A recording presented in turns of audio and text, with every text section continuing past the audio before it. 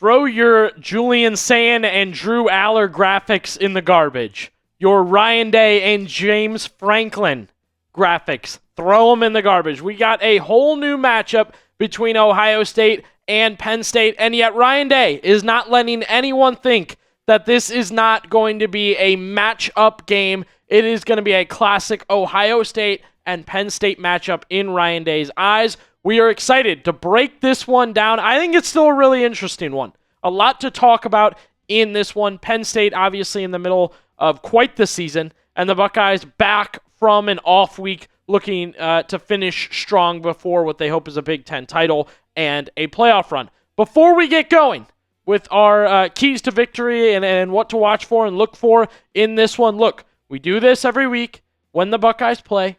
You have to like the video. You don't want to jinx the Buckeyes. It has worked for them every game so far. Undoubtedly, we do this and the Buckeyes win.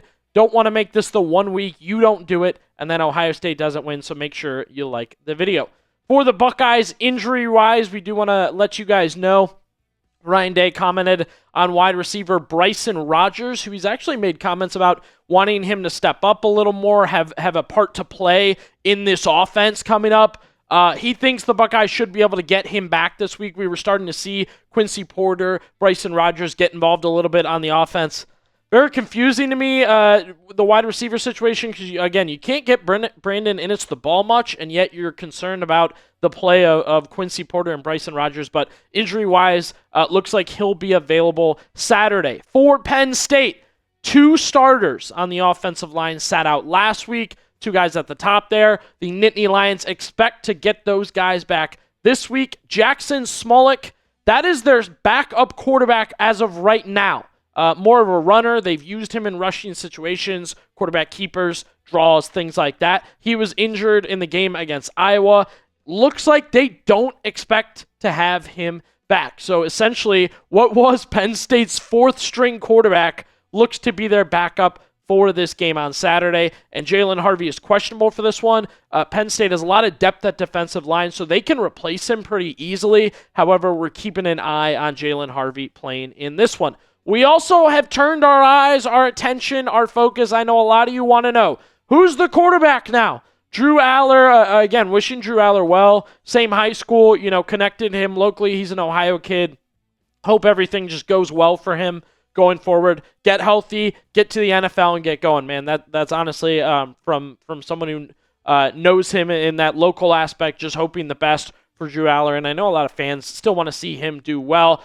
The attention turns to Ethan Grunkemeyer, also an Ohio kid, right? Olentangy. He was in the discussion for Ohio State. He visited Ohio State. I can't say for sure he wanted to go there. Obviously they didn't want him. They didn't offer him, but he has those Ohio ties. Now he's at Penn State looking to make the difference. Background-wise, he's competed in Elite 11. He's competed in those big-name camps and whatnot with Dylan Raiola and other top recruits in college football. He got his start against Iowa. So the coaches, speaking kindly of him, both Ohio State and Penn State, said he played well against Iowa, played hard against Iowa. You never want to hear that he played hard, because when you hear they played hard, it usually means they didn't play well. And if you look at the stats, I don't think he played well. I'm not buying the interim coach's comments. I'm not going to buy Ryan Day's comments. Grunkemeyer, you got to throw that one out if you're him, and hope you can bring it in Columbus with a blackout theme on Saturday at noon. You can see there barely over 50% of his passes. His long was 14 yards. I will say, from what I've read, from what I've looked at, he like Julian Sand, has the quick release, right? That's his big thing, is the quick release, the quick pass, the slant, the dump offs. Not that Julian Sand isn't getting better with the longer passes, but for Grunkemeyer, that's what he's going to look to do. For the Nittany Lions, where they stand right now, nightmare season. This has been a nightmare season. They went all in. I think Jim Knowles is like the greatest example of that, right? Overpaid him, wanted him to come in, revitalize this defense. Still a pretty good defense, by the way. We will get into that. They just lose their coach and they lose their quarterback. I'm still shook. They were beating Oregon in overtime Franklin's fired. Aller's out for the season. You don't have a Big Ten win, and you're below 500. The dream season is absolutely a nightmare season for Penn State. However, I cannot say this enough. Franklin's out. Aller's out. The rest of the team has not changed. That is still a top 10 team coming into the season. And a great example, even without losing their coach or quarterback, is South Carolina. Right? South Carolina gave Alabama hell on Saturday, gave them trouble, gave them a fight. They were down and out, way below 500, ruined season for South Carolina. It all comes down to one game on Saturday. They still had all that talent that everyone predicted would have a good year, and so South Carolina, that team showed up and almost beat Alabama. I expect the same from Penn State. So does Ryan Day. Watch the word he keeps using in the quotes I'm about to read to you here. Talent, talented, talent, lots of talent, depth, all that. Very talented, extremely talented from top to bottom. One of the more talented teams in the country. I thought they played really, really hard. Again, I left my thoughts on playing hard at Iowa. We are going to get their best. I think that's also worthy, right? This is their Super Bowl. I don't think there's many teams in the country that had more talent than Penn State has, and I think people recognize that early in the season. Sure, it hasn't gone the way they've wanted it to, but that doesn't change that they still have really good players. Great point by Coach Day there. I kind of hinted at the same thing here. Like what has happened to Penn State doesn't change who's on the team, right? Drew Aller's not there. That's it. You could even say James Franklin only has one win against Ohio State. So now you're getting a new coach. So that is a difference maker. Now, looking at that talent for Penn State, I want to note too, Aller, had that NFL draft stock and had all that stuff. This was going to be a run-first team, a run-heavy team. Nick Singleton, Katron Allen, a 1-2 punch for Penn State look really, really good this season, specifically Katron Allen. Nick Singleton hasn't really had the year he hoped to after being a highly rated recruit. Comparing him to the Buckeyes, right? This is a better 1-2 punch than the Buckeyes have. They run the ball. That's what Penn State wants to do Saturday. It's what they've wanted to do all season, and they haven't lost any running backs, right? They've got their two guys that they like to run the ball with. That's not going to change Saturday. Flip to the defensive side of the ball. They're talented pass rushing. That's what they wanted to do all year. Be good in the pass rush. That's what they've done. Does Drew Aller affect this? Does James Franklin affect this? No. They've gotten to the quarterback. They've gotten their sacks game after game after game. And again, I was talking about the injury report earlier. Very deep. Very deep. Freshman Chaz Coleman. He's an Ohio kid from Warren Harding. He was actually on our or transfer list when James Franklin was fired, and I still think the Buckeyes should go after Chaz Coleman. They get after the quarterback. That's not going to change because they don't have many wins. They're still going to get after the quarterback. So you have to note that run game, that pass rush, that talent is still there for Penn State. Want to see where you guys are at, though, after everything that's happened to the Nittany Lions, where the Buckeyes stand, what the Buckeyes have done this season. What is your concern level with Penn State heading into this one? A 1 would be nothing. Buckeyes got this. They're going to demolish them. A 10 would be, hey, make sure you're paying attention. Be on high alert. Let us know down below.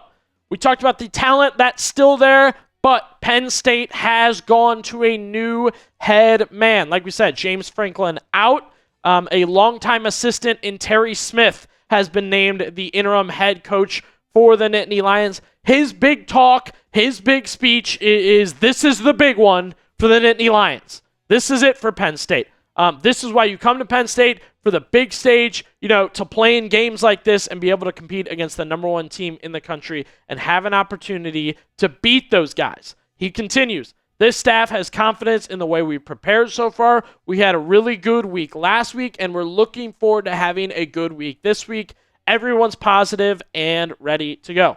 I'll note, I used to be a big, don't fire your coach mid-season guy no matter what. It's not going to help you that much. It's not going to make that much of a difference. I don't know. James Franklin really couldn't beat Ohio State. It was a big thing for him. The Buckeyes came back on them multiple times, dominated them multiple times, took care of business almost every time. That 2016 win, still tough, but new head coach, right? Got to be on your guard here. Might have changed the energy. Might have changed the momentum. Might have changed the game plan. I don't know. He may change what they had for lunch. Buckeyes got to keep an eye on the fact that Penn State has a new head man.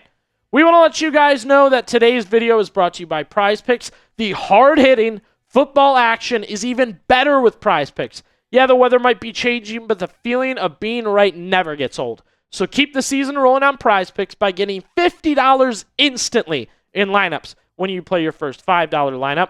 PrizePicks is the best place to win cash this football season. You can look at which players are going off, which players are overhyped. Make your picks in less than 60 seconds. Turn your takes into cash all season long on PrizePicks. I've been noting to you guys for a while now, PrizePicks puts their users first, so all withdrawals are fast, safe, and secure. PrizePicks offers Venmo, Apple Pay, MasterCard, and more for quick and easy deposits into your account this football season. What we've got lined up for Saturday for you to take a look at, I want to get Cardinal Tate on this. So I went more on the 68.5 receiving yards. Ethan Grunkemeyer, less on the longest completion. I broke down for you guys that it was like 14 yards last week, so I'm going less for Grunkemeyer on that 32.5 longest completion. Julian's saying, Heisman campaign continues. Let's go more on a touchdown pass and a half. On PrizePicks, how you play is up to you. If you want flexibility, choose Flex Play, where you can get paid even if one of your picks misses. If you want the biggest payouts, go for the Power Play. No matter how you play, PrizePicks is a great way for you to put your takes to the test. Download the app today. Use code CLNS to get $50 in lineups after you play your first $5 lineup. That's code CLNS to get $50 in lineups after you play your first $5 lineup. PrizePicks, it's good to be right. We got our score prediction coming up here, so make sure you hang in there and get yours in and see mine. We'll begin our keys to victory. I compare it to when I said, a mediocre defense has to get turnovers. They live for turnovers. It's the same with an offense like this and working on the deep ball, getting the deep ball. It's so big for Penn State. We know what they can do in the run. We know teams have shut down the run. So the Nittany Lions are going to be begging for something big, and it's going to be what they need to do to get something out of their offense points-wise. This means everything to them. Hitting the deep ball, getting big yards, momentum plays, big moments, and some confidence instillers in a young and inexperienced quarterback. Buckeyes have to step up and make sure there's no deep balls, no deep passes. Obviously, they've been really, really good about that this season, so I expect them to take care of that. However, definitely something you have to do in order to take care of business on Saturday. Now, I haven't jumped too much into this. I think we may talk about it in another video. Your defensive coordinator, former defensive coordinator in Jim Knowles, left, took a huge pay raise, now is with the Nittany Lions, and is in danger of being fired by the Nittany Lions. All that in 12 months? That's kind of crazy. That is wild. Expose Jim Knowles. You know Jim Knowles. Ryan Day knows Jim Knowles. Brian Hartline knows Jim Knowles. Those players know Jim Knowles. Take advantage of it, right? Don't hesitate. I read that Knowles reverted back to some Oklahoma State-style defense because he's not being watched by really a coach anymore. I don't care. Ryan Day should know that defense. He should know the Penn State defense. He should know last year's Ohio State defense. Take care of that.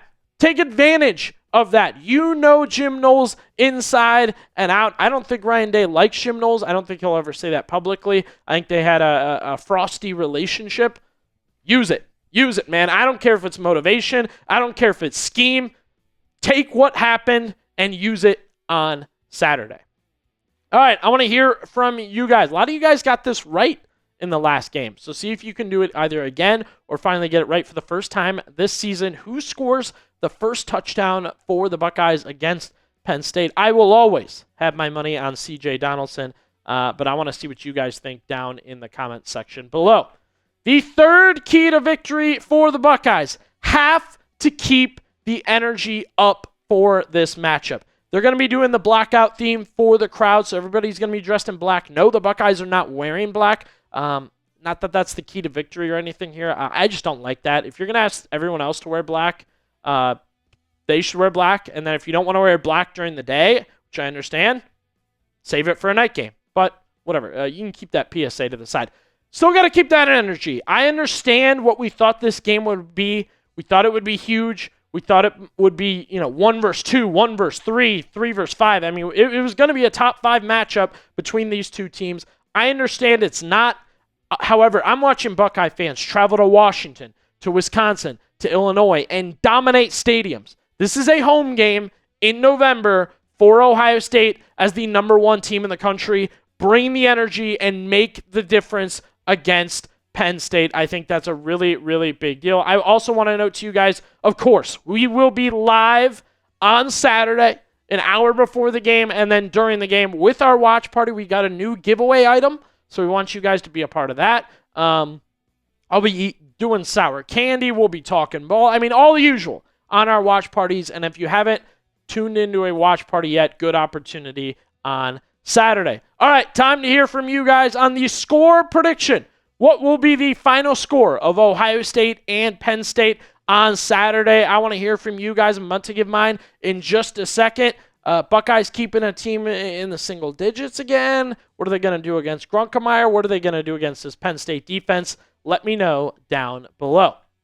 All right, I stuck with the middle ground here. I think this is a good defense and a bad offense, and I think that's going to be what it is for Ohio State, and I think that results in a 34-10 victory. I've heard the 40, the 50, the 60 pieces from you guys, whether it be different posts or just talking ball with people. I still think this is a good defense and a quality program overall, so I think the Buckeyes have to be on their guard and play the type of football that has them playing really, really well this season, obviously, and undefeated so far. Have to continue that on Saturday.